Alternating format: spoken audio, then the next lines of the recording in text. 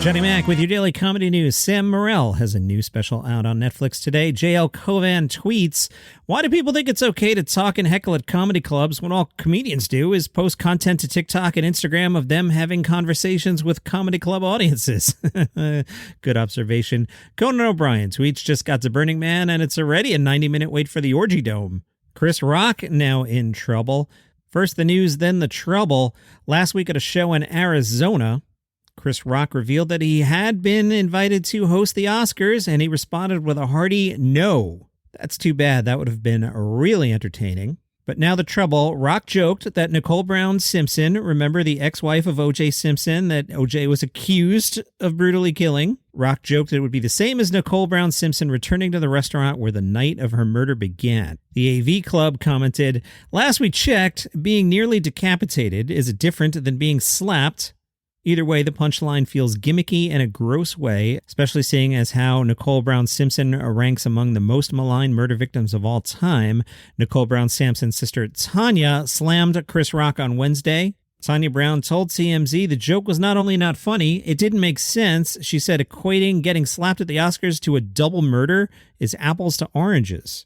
This also didn't go over well on Twitter. One user wrote, "The more Chris Rock talks, the more you begin to see why Will Smith smacked fire out of him." Another wrote, "I think it's okay to say now that Chris Rock is a horrible comedian, one bad joke after another. Nicole Brown Simpson was not only killed but decapitated. What?" Another added, "Yeah, Chris Rock, you getting slapped for talking bleep and Nicole Brown Simpson's brutal murder are totally comparable events. Great analogy. You totally care about violence against women. Fully clear to us now." Chris Rock apparently will not do an Oprah interview. Audience member January Harrison told Entertainment Tonight during the evening, Chris Rock did describe that he declined an offer to go on Oprah to do a sit-down interview, and even a Super Bowl commercial with Will Smith himself. He said, "You're not going to see me on any interviews crying my heart out about this. I am not going to be a victim."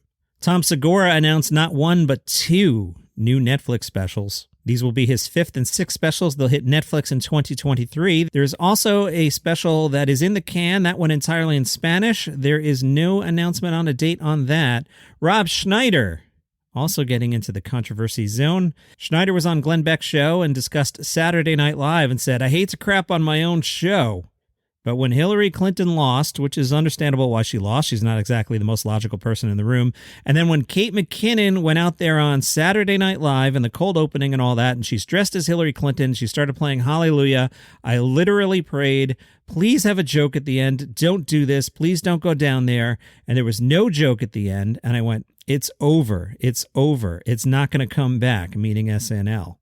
He also discussed late night. He didn't name names, but he criticized popular late-night hosts for participating in similar indoctrinations. Schneider said you can take the comedic indoctrination process happening with each of the late-night hosts and you can exchange them with each other.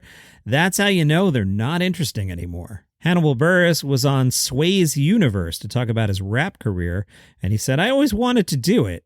It's interesting, I'm cribbing here from Hip Hop DX, and they have qualified Hannibal Buress as the Broad City Star. No. I don't know. I mean, I'd put NBA 2K games ahead of Broad City. Maybe I'm just mistaken there. I like Hannibal a lot. Hannibal said, "I always wanted to do it.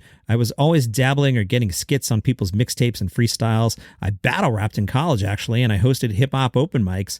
I was always adjacent to the music, and I got into comedy, and those opportunities kept coming, and I never just sat down and said, I'm going to work on this project or work on something. I just kind of dabbled. The pandemic happened, so then I was able to work on music because the process wasn't affected by it. Stand-up clubs, you go, people got masks. It was weird, but music, you could still kind of work on music and not feel weird. Like the studio was the studio, so I was really able to dive into it in full." He talked about his rap moniker, which is Eshu Tune, and he said, "I looked up African mythology, and Eshu is one of the Orishas. He's the trickster god.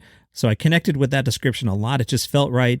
Then once I was able to have that, it really helped me split up working on music stuff and working on other things. Look at myself, looking at Hannibal as someone that's helping Eshu out. He's going to get him in the door." Jim Jeffries spoke to the Daily Mail about cancel culture and said, "You can't live your life worrying like that. Let's face facts here. You're only canceled for the people who want to cancel you. The people still like you. And look, I'm in a stage of life where I'm like, all right, whatever."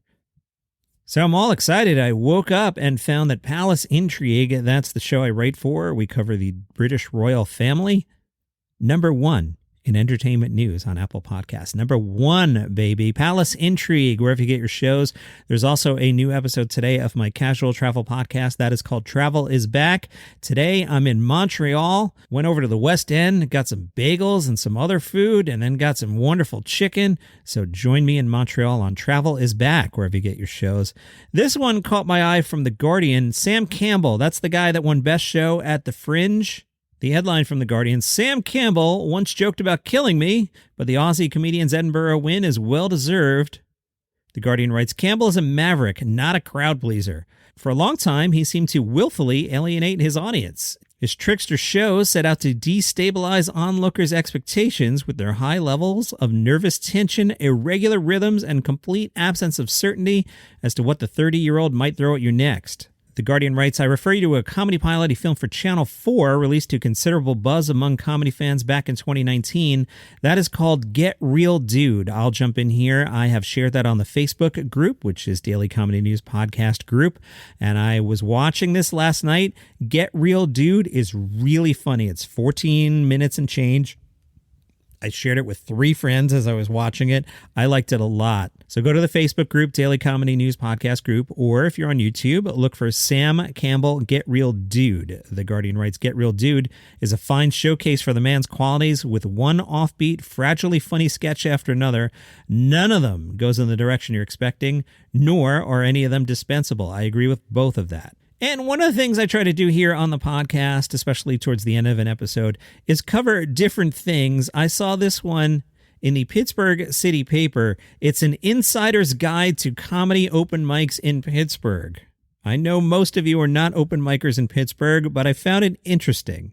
The Pittsburgh City Paper writes, open mics are to comics what gyms are to bodybuilders. They're essential for strengthening and conditioning comedy muscles, plus flexing those muscles is always more fun in front of a crowd. If you are an open micer in Pittsburgh, they suggest you get a spot on the Pittsburgh Comedy Open Mics group on Facebook, but here's a list of some of the places.